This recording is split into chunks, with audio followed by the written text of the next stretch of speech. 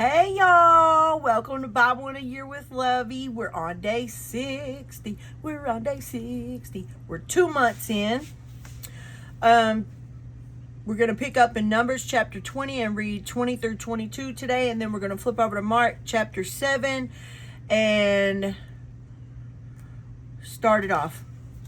Before I get started, I just want to shout out to my friend Casey Cotton.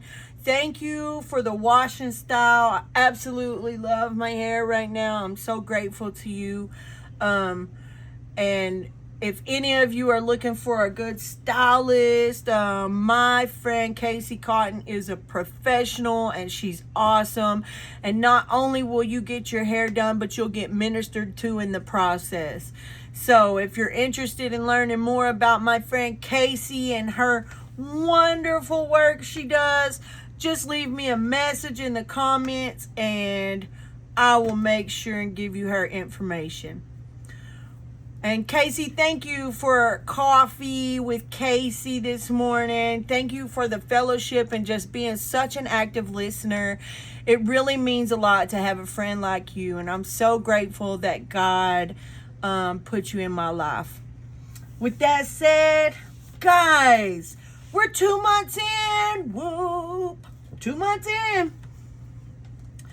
So let's just dive right in because I do have some other things I've got to knock out today. But let's get this done. So Numbers chapter 20. If y'all are ready, here we go. In the first month of the year, the whole community of Israel arrived in the wilderness of Zin and camped at Kadesh. While they were there, Miriam died and was buried. There was no water for the people to drink at this place, so they rebelled against Moses and Aaron. The people blamed Moses and said, "If only we had died in the Lord's presence with our brothers. Why have you brought the congregation of the Lord's people into this wilderness to die, along with all our livestock? Why did you make us leave Egypt and bring us here to this terrible place? This land has no grain, no figs, no grapes, no pomegranates, and no water to drink." Moses and Aaron turned away from the people and went to the entrance of the tabernacle, where they fell face down on the ground. Then the glorious presence of the Lord appeared to them, and the Lord said to Moses, "You and Aaron must take the staff and assemble the entire community. As the people watch, speak to the rock over there, and it will pour out its water. You will provide enough water from the rock to satisfy the whole community and their livestock." So Moses did as he was told. He took the staff from the place where it was kept before the Lord. Then he and Aaron summoned the people to come and gather at the rock. "Listen, you rebels," he shouted. "Must we bring you water from this rock?" Then Moses raised his hand and struck the rock twice with the staff, and water gushed out. So the entire community and their livestock drank their fill. But the Lord said to Moses and Aaron, "Because you did not trust me enough to demonstrate my holiness to the people of Israel, you will not lead them into the land I am giving them." This place was known as the waters of Meribah, which means arguing, because there the people of Israel argued with the Lord, and there he demonstrated his holiness among them. While Moses was at Kadesh, he sent ambassadors to the king of Edom with this message. Now, before I flip pages, I want y'all to recognize that where Moses disobeyed was that God told him to speak to the rock, but Moses struck the rock twice. See, God's angry because he gave him direct instructions, and rather than doing exactly as God told him to, he did his own will and struck the rock, and that's when the water came. So I just wanted to point that out. But God did still bring water nonetheless. "This is what your relatives, the people of Israel, say. You know all the hardships we have been through. Our ancestors went down to Egypt and we lived there a long time.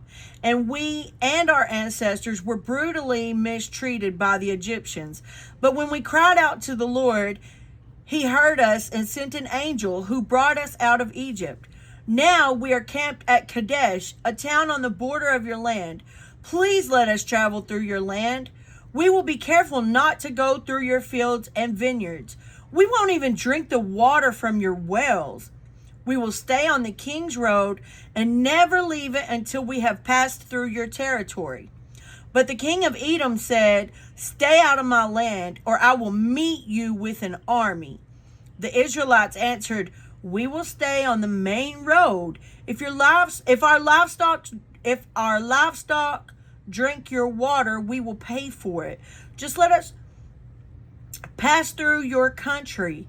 That's all we ask. But the king of Edom replied, stay out. You may not pass through our land. With that, he mobilized his army and marched out against them with an imposing force. Because Edom refused to allow Israel to pass through their country, Israel was forced to turn around. The whole community of Israel left Kadesh and arrived at Mount Hor. There, on the border of the land of Edom, the Lord said to Moses and Aaron, the time has come for Aaron to join his ancestors in death. He will not enter the land I'm giving the people of Israel, because the two of you rebelled against my instructions concerning the water at Meribah. Now take Aaron and his son Eleazar up Mount Hor. There you will remove Aaron's priestly garments and put them on Eleazar his son. Aaron will die there and join his ancestors. So Moses did as the Lord commanded. The three of them went up Mount Hor together as the whole community watched. At the summit, Moses removed the priestly garments from Aaron and put them on Eleazar, Aaron's son. Then Aaron died there on top of the mountain, and Moses and Eleazar went back down. When the people realized that Aaron had died, all Israel mourned for him for 30 days. Chapter 21. The Canaanite king of Arad, who lived in the Negev, heard that the Israelites were approaching on the road through Atharim. So he attacked the Israelites and took some of them as prisoners. Then the people of Israel made this vow to the Lord. If you will hand these people over to us, we will completely destroy all their towns. The Lord heard the Israelites' request and gave them victory over the Canaanites.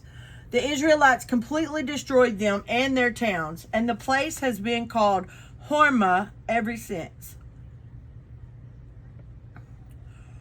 Hormah means destruction. I just thought I'd let y'all know.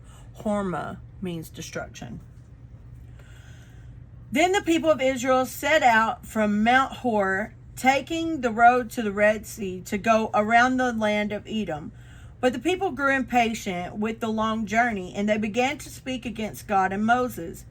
Why have you brought us out of Egypt to die here in the wilderness? They complained. There's nothing to eat here and nothing to drink, and we hate this horrible manna. So the Lord sent poisonous snakes among the people, and many were bitten and died. Then the people came to Moses and cried out, we have sinned by speaking against the Lord and you. Pray that the Lord will take away the snakes. So Moses prayed for the people. Then the Lord told him, make a replica of a poisonous snake and attach it to a pole. All who are bitten will live if they simply look at it. So Moses made a snake out of bronze and attached it to a pole. Then anyone who was bitten by a snake could look at the bronze snake and be healed. The Israelites traveled next to Oboth and camped there. Then they went on to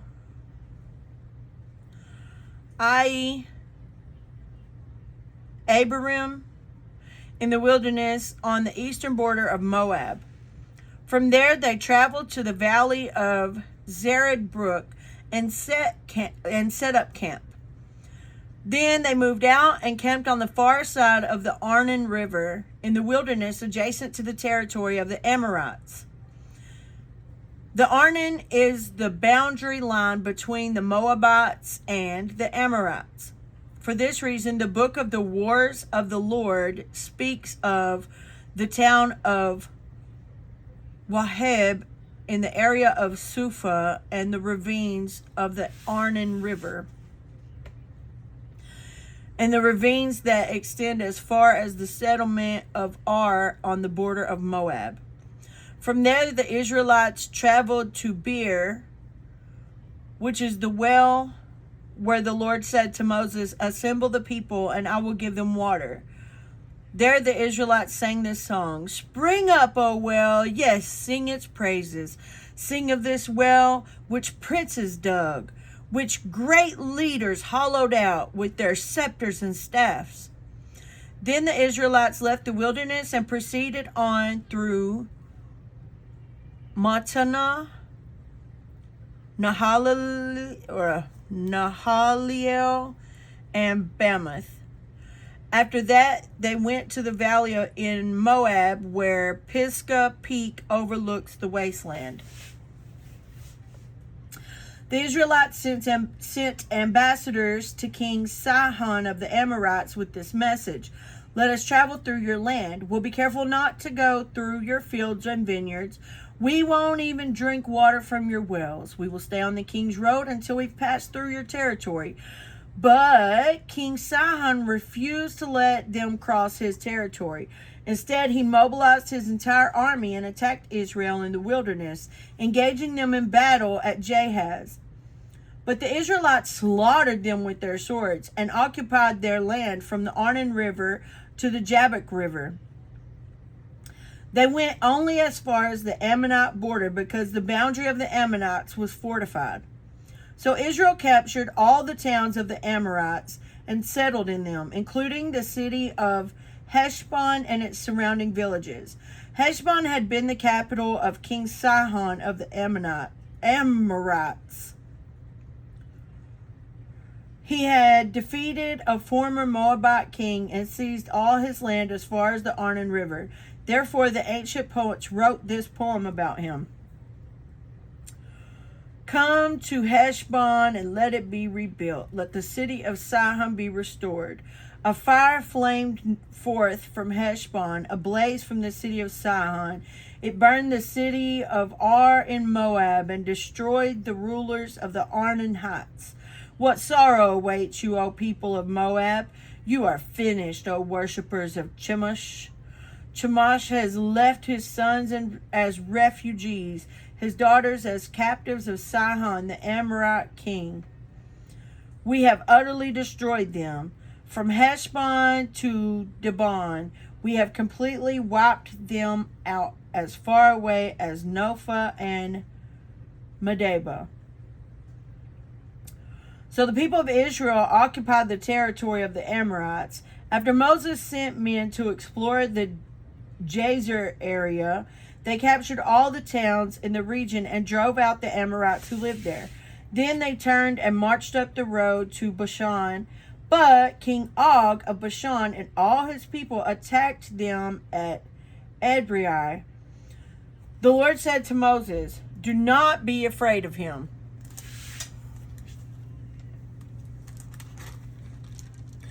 For I've handed him over to you, along with all his people and his land. Do the same to him as you did to King Sihon of the Amorites, who ruled in Heshbon." And Israel killed King Og, his sons, and all his subjects. Not a single survivor remained. Then Israel occupied their land. Chapter 22. Then the people of Israel traveled to the plains of Moab and camped east of the Jordan River, across from Jericho. Balak, son of Zippor, the Moabite king, had seen everything the Israelites did to the Amorites. And when the people of Moab saw how many Israelites there were, they were terrified. The king of Moab said to the elders of Midian, "This mob will devour everything in sight, like an ox devours grass in the field." So Balak, king of Moab, sent messengers to call Balaam, son of Beor, who was living in his native land of Pethor, near the Euphrates River. His message said, "Look, a vast horde of people has arrived from Egypt. They cover the face of the earth and are threatening me. Please come and curse these people for me because they're too powerful for me." Then perhaps I will be able to conquer them and drive them from the land. I know that blessings fall on any people you bless, and curses fall on people you curse. Balak's messengers, who were elders of Moab and Midian, set out with money to pay Balaam to place a curse upon Israel. They went to Balaam and delivered Balak's message to him. "Stay here overnight," Balaam said. "In the morning I will tell you whatever the Lord directs me to say." So the officials of Moab stayed there with Balaam. That night God came to Balaam and asked him, "Who are these men visiting you?" Balaam said to God, "Balak, son of Zippor, king of Moab, has sent me this message. Look, a vast horde of people has arrived from Egypt, and they cover the face of the earth. Come and curse these people for me. Then perhaps I'll be able to stand up to them and drive them from the land." But God told Balaam, "Do not go with them. You are not to curse these people, for they have been blessed." The next morning, Balaam got up and told Balak's officials, "Go on home. The Lord will not let me go with you." So the Moabite officials returned to King Balak and reported, "Balaam refused to come with us." Then Balak tried again. This time he sent a larger number of even more distinguished officials than those he had sent the first time. They went to Balaam and delivered this message to him. "This is what Balak, son of Zippor, says. Please don't let anything stop you from coming to help me. I will pay you very well and do whatever you tell me. Just come and curse these people for me." But Balaam responded to Balak's messengers, "Even if Balak were to give me his palace filled with silver and gold, I would be powerless to do anything against the will of the Lord my God. But stay here one more night, and I will see if the Lord has anything else to say to me." That night God came to Balaam and told him, "Since these men have come for you, get up and go with them, but do only what I tell you to do." So the next morning Balaam got up, saddled his donkey, and started off with the Moabite officials. But God was angry that Balaam was going. So he sent the angel of the Lord to stand in the road to block his way, as Balaam and two servants were riding along. Balaam's donkey saw the angel of the Lord standing in the road with a drawn sword in his hand. The donkey bolted off the road into the field, but Balaam beat it and turned it back onto the road. Then the angel of the Lord stood at a place where the road narrowed between the two vineyard walls. When the donkey saw the angel of the Lord, he tried to squeeze by and crushed Balaam's foot against the wall. So Balaam beat the donkey again. Then the angel of the Lord moved farther down the road and stood in a place too narrow for the donkey to get by at all. This time when the donkey saw the angel, it laid down under Balaam. In a fit of rage, Balaam beat the animal again with his staff. Then the Lord gave the donkey the ability to speak. You hear me? "What have I done to you that deserves your beating me 3 times? It asked Balaam. "You have made me look like a fool," Balaam shouted. "If I have a sword with me, I would kill you. But I'm the same donkey you have ridden all your life," the donkey answered. "Have I ever done anything like this before?" "No," Balaam admitted. Then the Lord opened Balaam's eyes, and he saw the angel of the Lord standing in the roadway with a drawn sword in his hand. Balaam bowed his head and fell face down on the ground before him. "Why did you beat your donkey those 3 times?" the angel of the Lord demanded.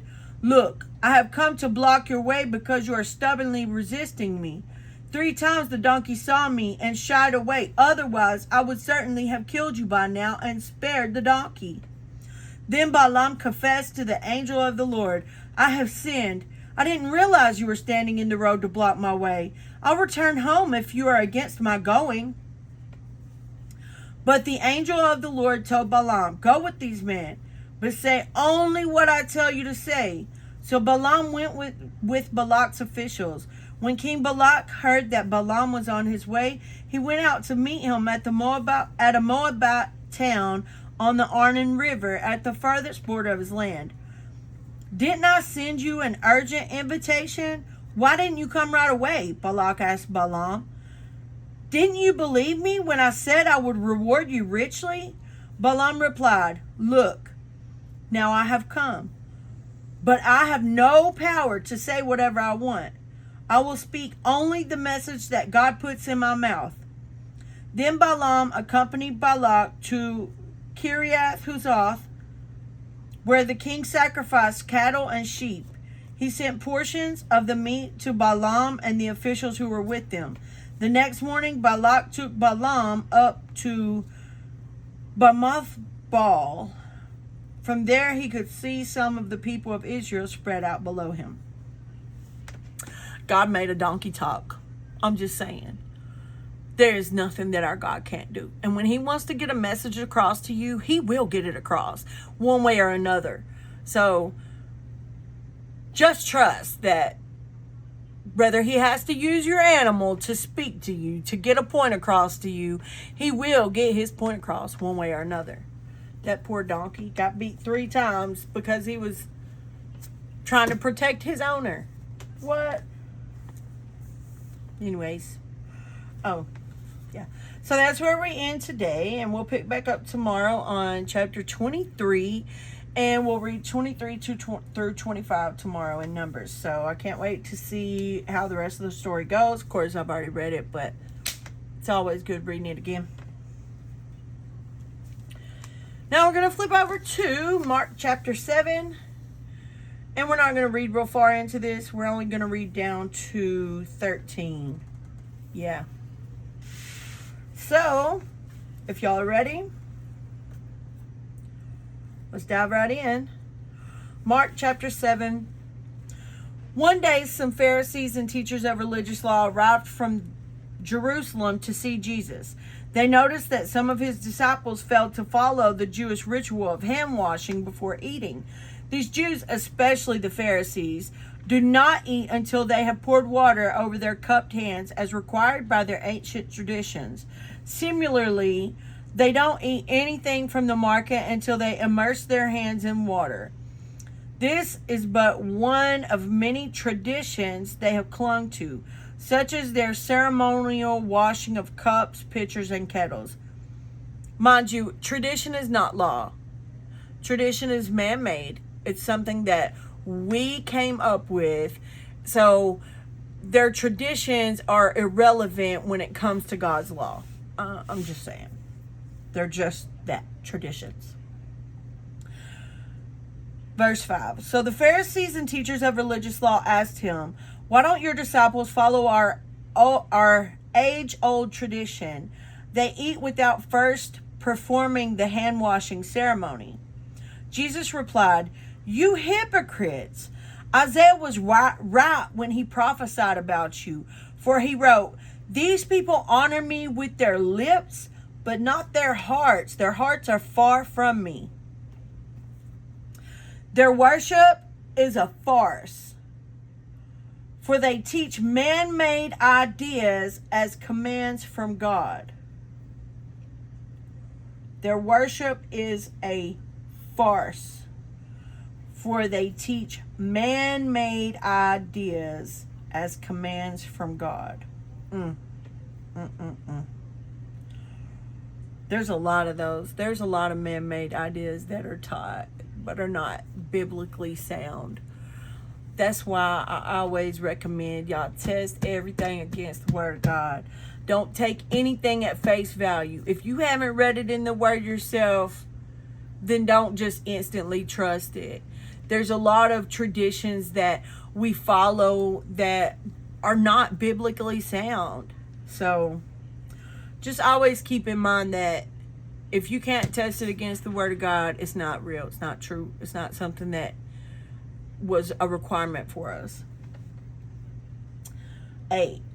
For you ignore God's law and substitute your own tradition. Facts. Then he said, "You skillfully sidestep God's law in order to hold on to your own tradition. For instance, Moses gave you this law from God. Honor your father and mother, and anyone who speaks disrespectfully of father or mother must be put to death. But you say it's all right for people to say to their parents, 'Sorry, I can't help you, for I have vowed to give to God what I would have given to you.' in this way, you let them disregard their needy parents. And so you cancel the word of God in order to hand down your own tradition. And this is only one example among many others. And this generation today, goodness gracious, this next generation, boy, I tell you what, like, the disrespect. Like, the Bible says that you're supposed to honor your father and your mother. Period.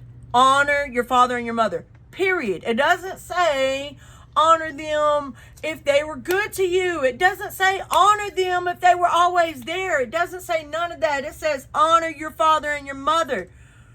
If they need something and you have it, like, don't you think that God would prefer to you to use, like, let's say you're down to, like, you've got your tithes put to the side, right?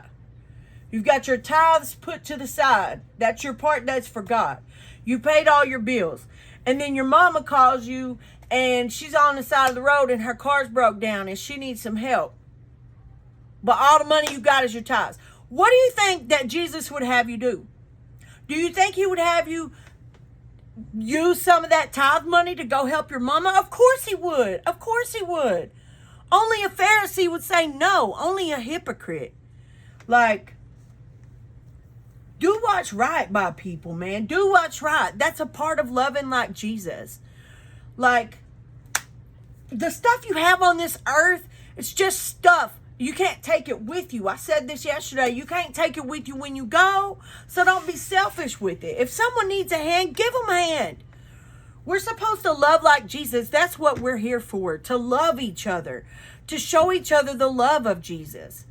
So, with all that said, man, remember that if you want to see a change, you have to be the change. We lead by example. We follow by design. If it ain't a God thing, it ain't a good thing. And always, always remember to have a blessed day and love like Jesus. I'll see y'all tomorrow.